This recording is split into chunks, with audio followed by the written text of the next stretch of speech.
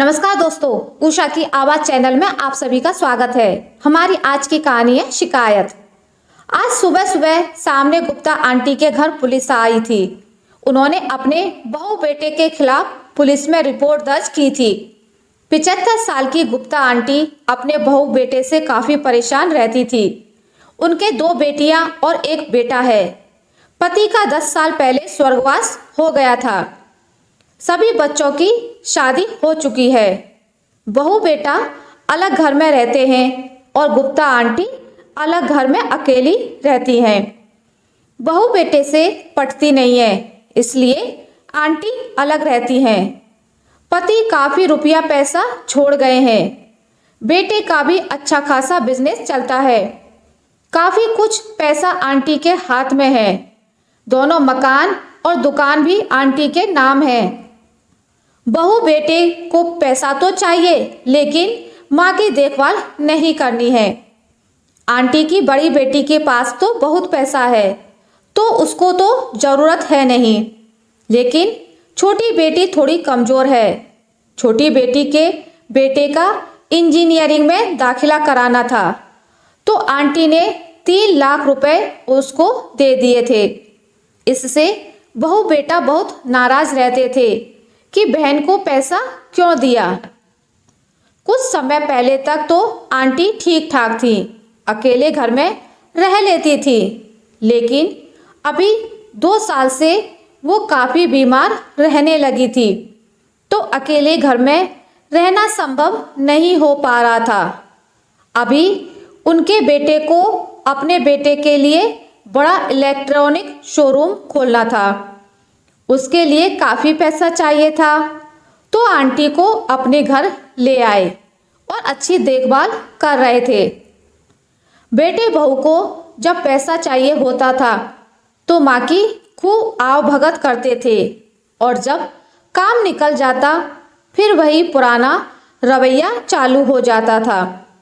बहला फुसलाकर आंटी से 50 लाख रुपए निकलवा लिए।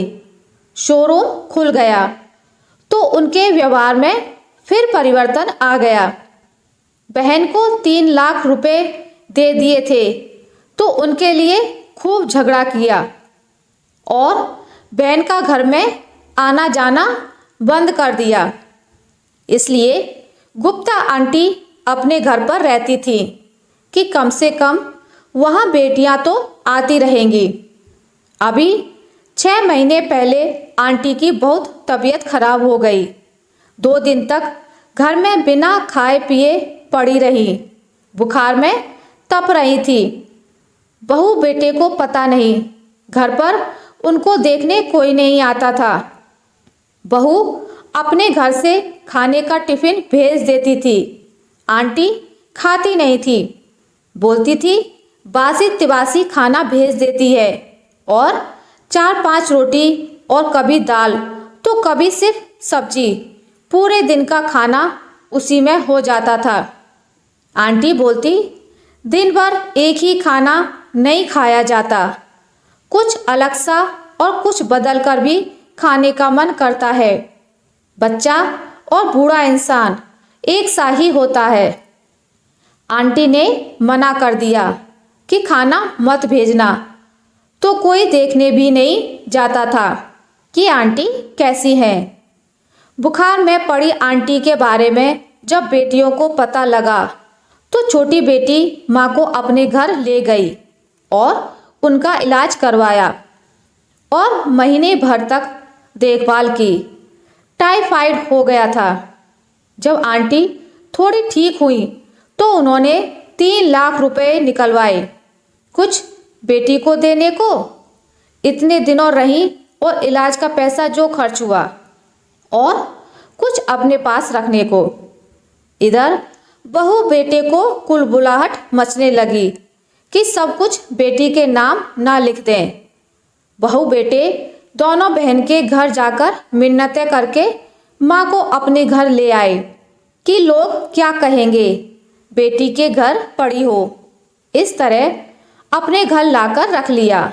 आंटी ने बेटे के घर आकर उसको 10,000 रुपए दिए कि मुझे ठीक से खाना पीना दो, जो मुझे अच्छा लगता है और मेरे लिए एक नौकर रख दो जो मेरा काम करे, मेरे कपड़े धोए और कामों में मेरी मदद करे। बहू बेटे घर में तो कुछ दिन ठीक रहे, लेकिन फिर वही पुराना रवैया चालू हो गया।